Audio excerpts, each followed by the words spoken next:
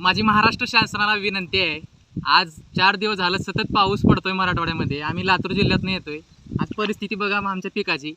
आज मी इथं खेळ मांडायसाठी बसलेलो नाही, तर महाराष्ट्र शासनाला विनंती करतोय की आज पूर्ण शेतकऱ्यांची अवस्था अशी झाली आहे, एक तर मालाला भाव नाही आणि तुम्ही कर्जमुक्तीवर बोलत नाही।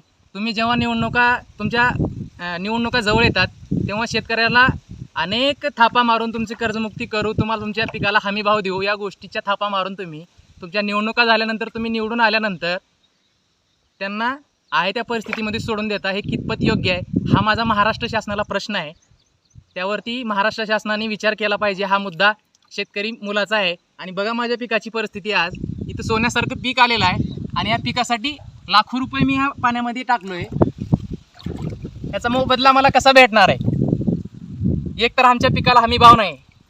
त्या लातूर जिल्ह्यामध्ये हजारो हेक्टर पाण्यामध्ये आहे सोयाबीन आणि तूर, पूर्ण सोयाबीन आणि तूर तिथं शेतकरी केलं जातं आणि त्या सोयाबीनला आज 3,000 ते 3,500-4 हजाराच्या वरती भाव नाही आहे। शेतकऱ्यांनी करायचं काय, जगायचं कसं, हा मला प्रश्न पडलेला आहे। हा प्रश्न मी महाराष्ट्र शासनासमोर मांडतोय। यावरती काहीतरी शेतकऱ्यांसाठी काहीतरी उपाय काढावा, ही माझी नम्र विनंती आहे। एवढंच सांगायचं आहे की मला निदान तुम्ही कर्जमुक्ती नाही दिले तरी चालेल शेतकऱ्यांना, पण निदान त्याच्या पिकाला हमीभाव दिला पाहिजे। माझ्या तमाम शेतकरी भावांना विनंती आहे, हा व्हिडिओ जो केलेला आहे तो होईल तेवढा जास्त शेअर करा, जेणेकरून आपल्या कृषी मंत्र्यापर्यंत जाईल आणि त्याच्यावरती त्यांनी काहीतरी उपाय करतील, आपल्याकडे येऊन बघतील। आपले आमदार खासदार तर झोपलेत, त्यांना फक्त निवडणुकीच्याच पुढे आपल्याला त्यांना किंमत कळते, नाहीतर एनी टाईम आपण असंच पाण्यात राहायचं का? हा ठरवा आणि व्हिडिओ शेअर करा।